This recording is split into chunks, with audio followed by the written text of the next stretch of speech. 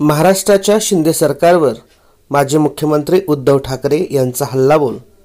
काय म्हणाले पहा थेट लाईव्ह दृश्य महावार्ता न्यूजच्या स्पेशल रिपोर्टद्वारे पाहायला विसरू नका. छत्रपती शिवाजी महाराज झाले नसते तर हे कोश्यारी बुवा किंवा ते काय मगाशी मग काय बोलतो सुधांशू ते कुठे असते आणि कोणत्या वेशात असते ह्याचा पत्ता लागला नसता.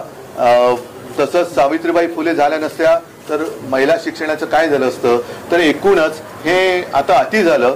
ज्याला काही आगापिछा नाही अशी लोक राज्यपालपदी नेमली जात आहेत आणि राज्यपाल पदाची अवहेलना होते. पर्यायाने महाराष्ट्राची होते. महाराष्ट्रामध्ये मिंदे सरकार किंवा खोके सरकार आल्यानंतर महाराष्ट्राची जी सातत्याने अवहेलना होते, मग ते महाराष्ट्रातले उद्योग पळवण्याचा विषय असेल, महाराष्ट्राच्या अस्मितेचा विषय असेल, सातत्याने अवहेलना होते. आणि आज अचानक कर्नाटकचे मुख्यमंत्री त्यांच्या अंगात भूत संचारलेले. जणू काही महाराष्ट्रामध्ये माणसं राहतच नाहीत. महाराष्ट्राला अस्मिता, स्वाभिमान, हिम्मत, धमक, शक्ती काहीच नाहीये. कोणी यावं, टपलीत मारावं आणि आम्ही छत्रपती शिवाजी महाराज की जय बोलून नुसतंच गप्प बसायचं, हे आतापर्यंत खूप झालं. महाराष्ट्र हा छत्रपती शिवाजी महाराजांना मानतोच, हे काय वेगळं सांगण्याची गरज नाही. आणि त्यांचा अपमान झाल्यानंतर मुळमुळीत प्रतिक्रिया दिल्या जात आहेत. त्या कोणाकडनं दिल्या जात आहेत? ते ज्यांनी त्यांचा अपमान केलाय त्यांच्याच पक्षातल्या काही लोकांकडनं दिल्या जात आहेत. गेले काही दिवस आपण बघतो आहोत की एकूणच देशामध्ये एक दोन महत्वाच्या विषयावरती चर्चा व्हायला पाहिजे आणि ते तशी व्हायला लागलेली आहे. त्यातलाच आजचा मी तिसरा विषय मांडतोय.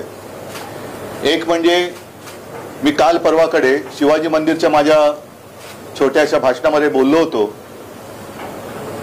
की आपल्या देशाचे कायदे मंत्री यांनी देशाच्या न्यायालयातील न्यायमूर्तींच्या नेमणुकींवरतीच प्रश्नचिन्ह उभं केलेलं आहे. ती पद्धत ही अपारदर्शक आहे असं त्यांचं मत आहे आणि त्या नेमणुकीचे अधिकार हे पंतप्रधानांकडे पाहिजेत असं ते म्हणालेले आहेत. दुसरी एक केस सुप्रीम कोर्टात सुरू आहे. त्याच्यात निवडणूक आयुक्तांबद्दल कोणी अपील केलेलं आहे त्याच्याबद्दल किंवा चौकशी केली त्याच्याबद्दल न्यायमूर्तींची मतं आपण वाचतो आहोत.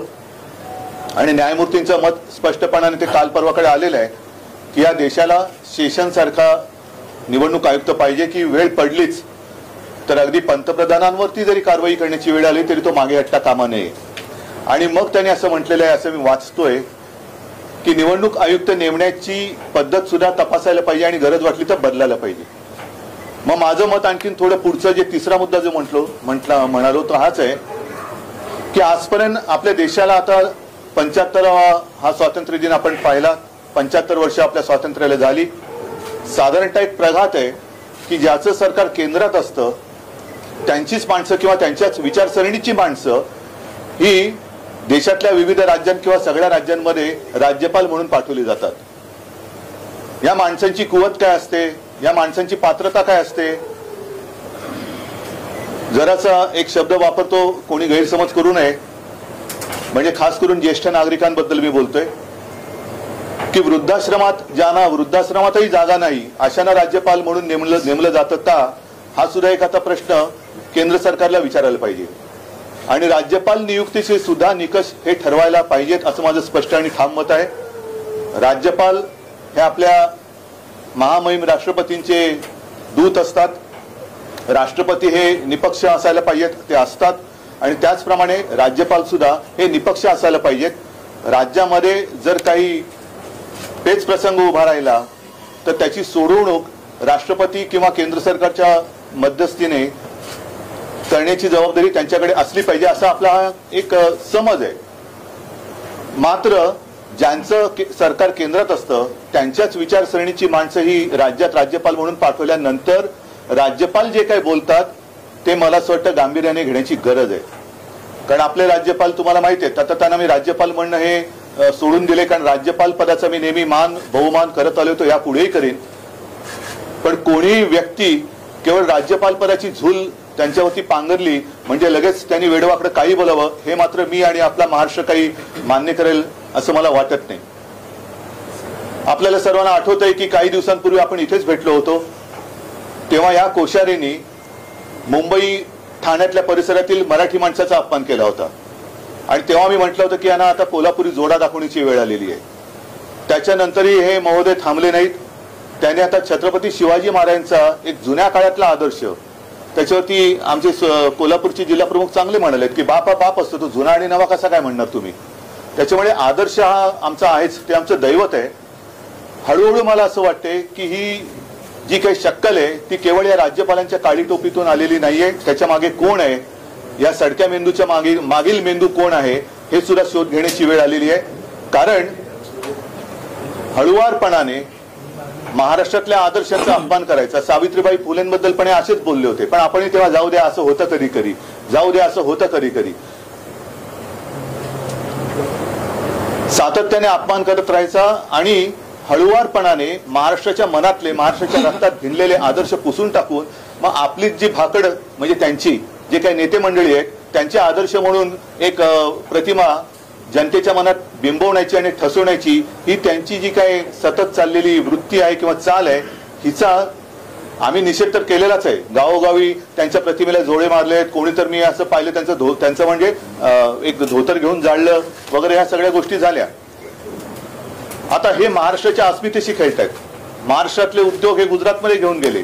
महाराष्ट्राचं मंत्रिमंडळ, काल तर मी असं ऐकलं की कॅबिनेट मीटिंग, मी सुद्धा मुख्यमंत्री होतो, अपवादात्मक परिस्थितीमध्ये ही पुढे ढकलली जाते. तशी काल काय अपवादात्मक परिस्थिती होती, तर अपवादात्मक परिस्थिती ही की यातले बरेचशी लोक हे गुजरातमध्ये प्रचाराला गेले. म्हणजे यांना महाराष्ट्र उघड्यावर पडलाय त्याची खंत नाही, महाराष्ट्राच्या अस्मितेचा, महाराष्ट्राच्या दैवताचा अपमान होतोय त्याची खंत नाहीये, त्याची चिंता नाही. मग काहीतरी गोलमाल उत्तर द्यायचं आणि वेळ मारून न्यायची. त्यात आणखीन भर म्हणजे ज्या विचारसरणीची मी व्यक्ती म्हणालो त्याच विचारसरणीचे म्हणजे भाजपाचे प्रवक्ते, ते कोण त्रिवेदी का काय, सुधांशू, म्हणजे एकदम असं खोकल्यासारखं वाटतं सुधांशू, तर ते त्यांना एक उबळ आली आणि ते पण काहीतरी बोललेले आहेत.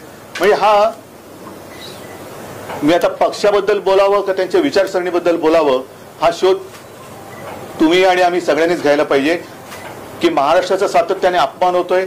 त्याच्यामध्ये आता महाराष्ट्रातल्या गावांवरती कर्नाटकचे मुख्यमंत्री दावा सांगतायत. हा एक महत्वाचा मुद्दा आहे, कारण आज महाराष्ट्रामध्ये ईडी सरकार किंवा खोके सरकार किंवा मिंधे सरकार आहे. या सरकारला मुख्यमंत्री आहेत का काही कळत नाही, कारण मुख्यमंत्री कधी बोलतच नाहीत. त्यांना विचारलं तर ते सांगतील मी काळजी करू नका, पंतप्रधानांना मी सांगितलेलं आहे.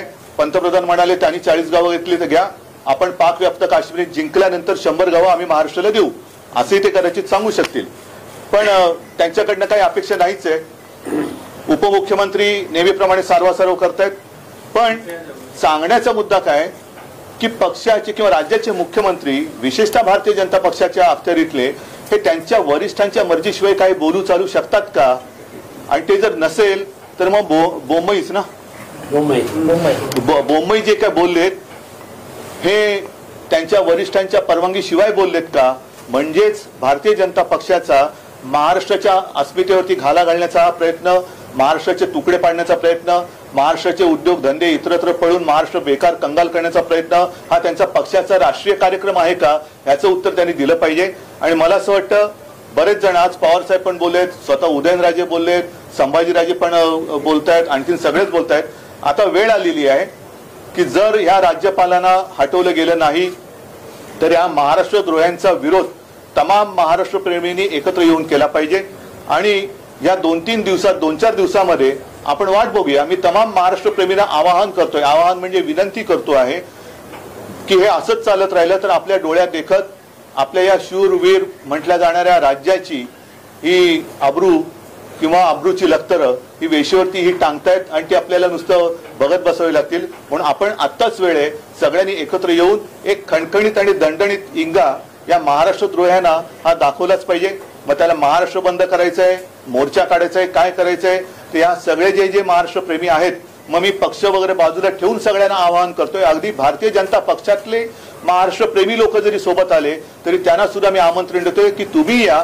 कारण पक्षीय राजकारणात जर आपली अस्मिता आणि राज्य चिरडलं जाणार असेल तर मग आपण मात्र छत्रपतींचं नाव घ्यायला नालायक आहोत.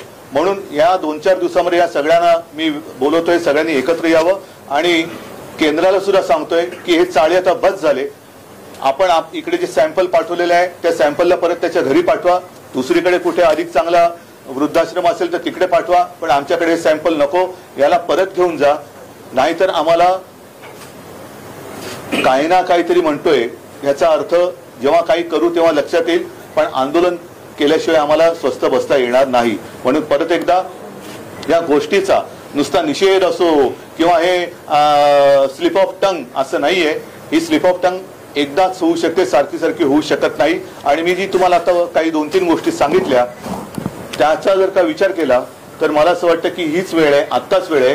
कारण आत्ता ही वेळ जर का गेली तर आपल्या महाराष्ट्र यांनीच जाहिरात केली होती ना कुठे नेऊन ठेवलाय महाराष्ट्र माझा, तर हे महाराष्ट्र आपला कुठे नेऊन ठेवतील याचा आपल्याला अंदाज सुद्धा लागणार नाही. म्हणून परत एकदा सगळ्यांना जे महाराष्ट्र प्रेमी आणि या महाराष्ट्र द्रोह्यांचे जे विरोधक आहेत, कारण महाराष्ट्रातील विरोधी पक्ष असं मी मानत नाही, महाराष्ट्र विरोध्यांचा विरोधी जो कोणी आहे, महाराष्ट्र प्रेमी जे आहेत त्यांना सगळ्यांना एकत्र येण्याचं मी एक आवाहन करतोय आणि त्याची वाट बघतोय. नाही तर शिवसेनेला जे पाहिजे ते करणारच आहे.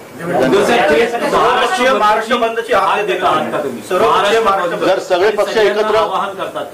पक्ष एकत्र येऊन माझं मत आहे की काहीतरी एक मोठं महाराष्ट्रात राज्यव्यापी असं काहीतरी आपल्याला केलं पाहिजे. म्हणजे दंगा फसाद नव्हे तर एक शांततापूर्ण महाराष्ट्र बंद असेल किंवा आणखीन काही असेल की जेणेकरून केंद्र सरकारला पण कळलं पाहिजे की महाराष्ट्र हा लेच्यापेचांचा प्रदेश नाहीये.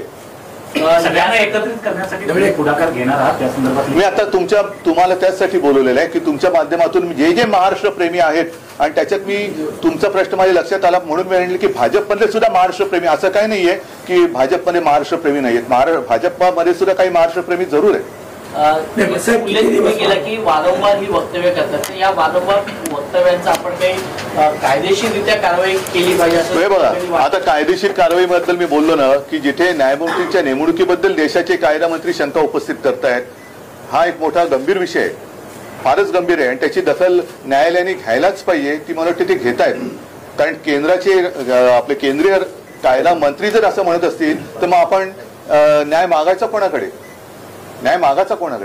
कारण ती जी एक तो न्यायवृंद त्याला एक शब्द आहे किंवा कोलोजियम, हीच पद्धत त्यांना रद्द करून जर न्यायमूर्तींच्या नेमणुका सुद्धा त्यांना करण्याचे अधिकार, जसं निवडणूक आयुक्तांबद्दल जे काय आता न्यायालयाने प्रश्न उपस्थित केले तसंच मुख्य न्यायाधीश असो इतर न्यायाधीश असो यांची सुद्धा नेमणुकीचे अधिकार केवळ पंतप्रधानांकडे द्यायचे असतील तर मग त्याच्यापेक्षा न्यायालय बंद केलेली बरी. आणि म्हणूनच मला वाटतं की न्यायालय सुद्धा जागरूक आहे.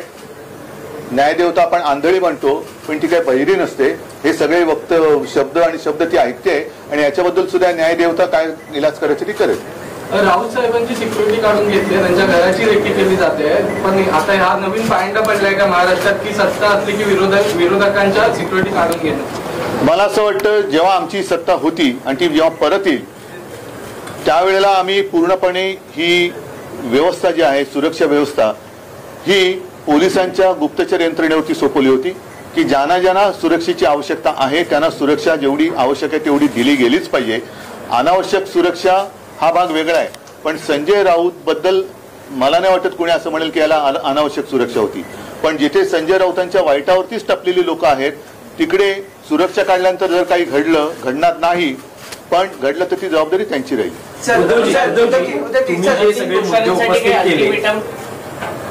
तुम्ही सगळे जे मुद्दे उपस्थित केले आणि महाराष्ट्र बंदची तुम्ही त्या दृष्टीनं भूमिकाही व्यक्त करताना दिसतात, पण भाजपचे नेते आणखी एक मुद्दा या निमित्तानं उपस्थित करत आहेत की राहुल गांधी महाराष्ट्रात येतात, सावरकरांच्या बाबतीत बोलतात आणि उद्धवजी फक्त आपण त्यांच्या विधानाशी सहमत नाही इतकीच भूमिका मांडतात. शिवसेना पण छत्रपतींचा अपमान करणाऱ्यांनी आम्हाला सावरकरांचं महत्व पटवून देण्याचा प्रयत्न करू नये.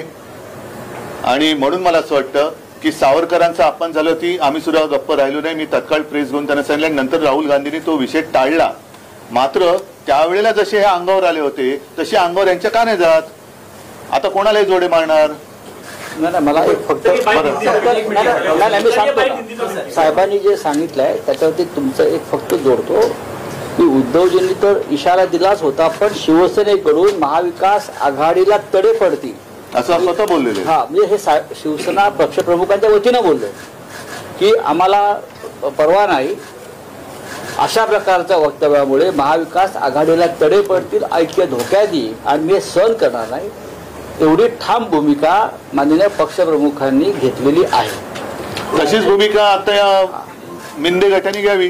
राज्यपालांसाठी काय अल्टिमेटम आपण देणार आहात की मी आता सांगितलं ना तुम्हाला की येत्या 2-4 दिवसामध्ये आपल्याला हा विषय तडीस न्यावा लागेल आणि तोपर्यंत जे जे महाराष्ट्र प्रेमी आहेत, जे जे शिवछत्रपती प्रेमी आहेत, फुले प्रेमी आहेत, त्या सगळ्यांनी, कारण छत्रपती शिवाजी महाराज झाले नसते तर हे कोश्यारी बुवा किंवा ते काय मगाशी मग काय बोललो होतो सुधांशू, ते कुठे असते आणि कोणत्या वेशात असते ह्याचा पत्ता लागला नसता. तसंच सावित्रीबाई फुले झाल्या नसत्या तर महिला शिक्षणाचं काय झालं असतं. तर एकूणच हे आता अति झालं. ज्याला काही आगापिछा नाही अशी लोक राज्यपालपदी नेमली जात आहेत आणि राज्यपाल पदाची अवहेलना होते, पर्यायाने महाराष्ट्राची होते.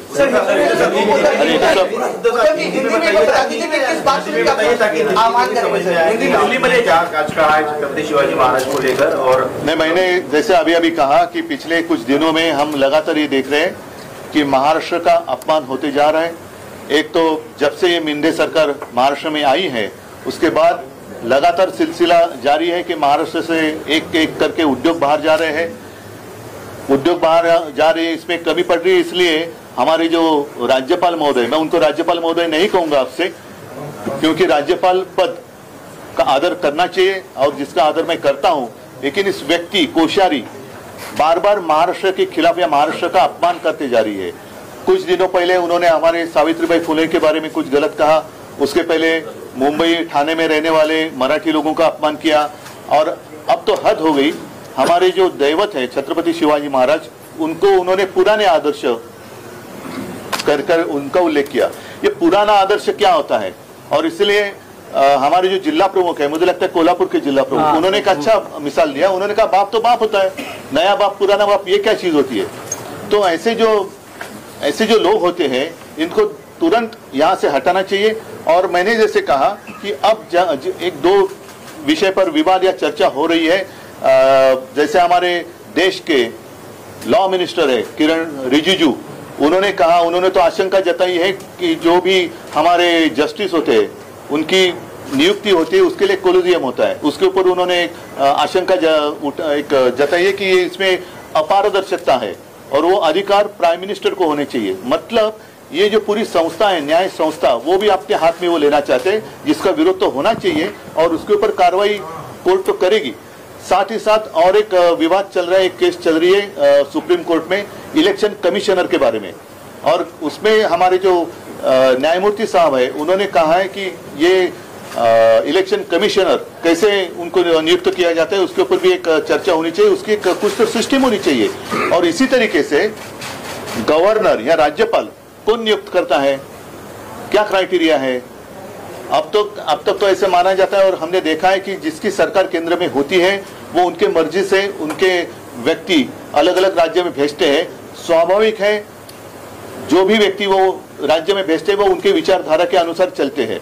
और अब ये सवाल उठता है कि जो हमारे कोश्यारी शिवाजी महाराज जी के बारे में जो उन्होंने कहा, सावित्रीबाई फुले के बारे में उन्होंने कहा, तो विचारधारा की अगर बात करें तो ये क्या भाजपा की विचारधारा है. दूसरी बात, ये थोड़ा कम हो रहा है या इससे शायद नजर हट जाए, इसलिए हमारे जो पड़ोसी राज्य है उसके जो मुख्यमंत्री है बोमई, ऐसे लगता है कि उनके शरीर में भूत ने प्रवेश किया है. अंगत भूत है तो म्हणता ना. और क्या कैसे पता नहीं, हमारे 40 गांव पर उन्होंने दावा ठोक दिया. तो क्या महाराष्ट्र में लोग रहते नहीं है? महाराष्ट्र में क्या हिम्मत नहीं रही? बाकी महाराष्ट्र का स्वाभिमान वगैरह हमने कुछ छोड़ दिया और ये ऐसी कोई भी आएगा और हमारे खिलाफ कुछ भी बकते चले जाएगा, ये अभी बर्दाश्त नहीं होगा. और इसलिए मैंने कहा कि अब समय आया है, ये सारी जो बातें हैं हम अनदेखी करें तो शायद आगे जाकर हमें कुछ दिखाई नहीं देगा. तो अब समय है और मैं आपके माध्यम से जितने सारे महाराष्ट्र के प्रेमी है, छत्रपति शिवाजी महाराज जी के प्रेमी है, फुले शाहू अम्बेडकर सब प्रेमी है, भक्त है, उनको मैं कहता हूं चलो पार्टी बाजू में रखते हैं. अगर हमारा राज्य रहेगा तो हम रहेंगे. देश तो बड़ा है, देश तो रहना ही चाहिए, लेकिन राज्य की अस्मिता, राज्य का स्वाभिमान, उसको अगर ठेस पहुंचती है तो हमें इकट्ठा आकर उसका विरोध करना चाहिए. और कुछ दिन इंतजार करेंगे, 2-5 दिन इंतजार करेंगे. अगर ये जो पार्सल है वो आया था अमेजोन से, वो अमेजोन से वापस जाए तो अच्छा है, नहीं तो उसको वापस भेजना पड़ेगा और नई कोई काबिल व्यक्ति महाराष्ट्र में इस स्थान पर आनी चाहिए. अन्यथा हमें कुछ ना कुछ करना पड़ेगा। जैसे महाराष्ट्र बंद की बात हो या विराट मोर्चा की बात हो, या देखा जाएगा, सबको साथ में लेकर हम तय करेंगे।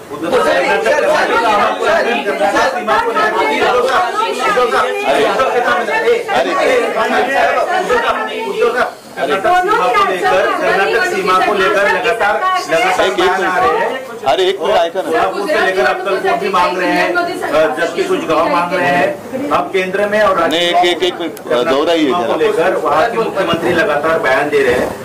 राज्य और केंद्र में दोनों जगह बीजेपी की सरकार है। नहीं, राज्य भी भाजपा की ही सरकार है। अरे एक करके पूछिए ना। हाँ, इस पूरे मामले को लेकर आप कैसे इसको देखते हो? नहीं, जैसे मैंने कहा ना कि हमारे यहाँ तो मुख्यमंत्री पहचान कौन, जैसे मुख्यमंत्री कौन, और लगातार ये उप मुख्यमंत्री कुछ बातें करते जा रहे हैं। मुख्यमंत्री को तो हिम्मत नहीं है इसके खिलाफ कुछ बात करने की।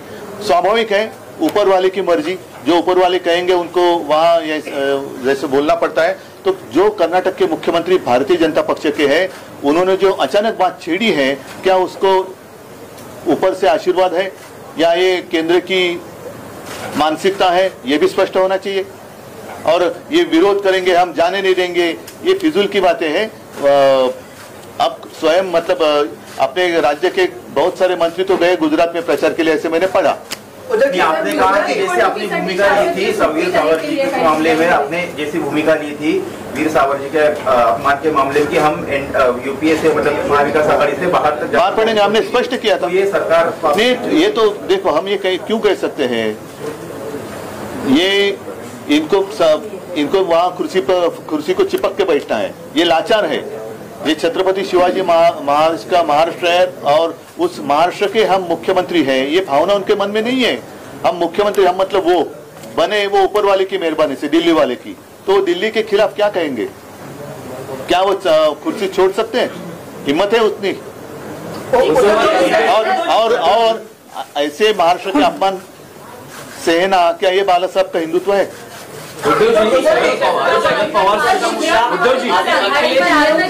सुट्टी जाहीर करण्यात आली आहे त्याविषयी गुजरात निवडणुकीसाठी नाही, मला कळतच नाही की हे महाराष्ट्राचे मुख्यमंत्री आहे, महाराष्ट्र सरकार आहे का गुजरात सरकार आहे। मला गुजरात बद्दल आदर आहे, गुजराती जे इथे खूप राहतात, वर्षानुवर्ष पिढ्यानपिढ्या राहतात, त्यांच्याबद्दल मला आदर आहे। पण असा काय प्रकार आहे, महाराष्ट्राच्या निवडणुकीच्या वेळेला कर्नाटकात सुट्टी असते का, मध्य प्रदेशमध्ये असते का? हा कोणता नवीन प्रकार? उद्या पाकिस्तानच्या निवडणुकीसाठी पूर्ण देशात सुट्टी जाहीर करतील, काय सांगावं? महाविकास आघाड़ी पर आरोप लगाया कि महाविकास आघाड़ी ने जब श्रद्धा ने शिकायत की थी पुलिस ने महाविकास आघाड़ी सरकार के दौरान, क्या ठीक है, ये विषय बड़ा है, अलग है, गंभीर है। इस विषय में आप मत लिए, अलग से इसके ऊपर बात। राहुल गांधी, मग तेजस्वी यादव आणि आता अखिलेश यादव यांची भेट आदित्य ठाकरे। अखिलेश यादवचं वगैरे अजून पुढे जाहीर नाही केलेलं आहे, पण मला असं वाटतं की आजची ही प्रेस कॉन्फरन्स मी बोलले तेवढ्या पुरती सीमित ठेवूया, त्याच्यानंतर सुद्धा जे विषय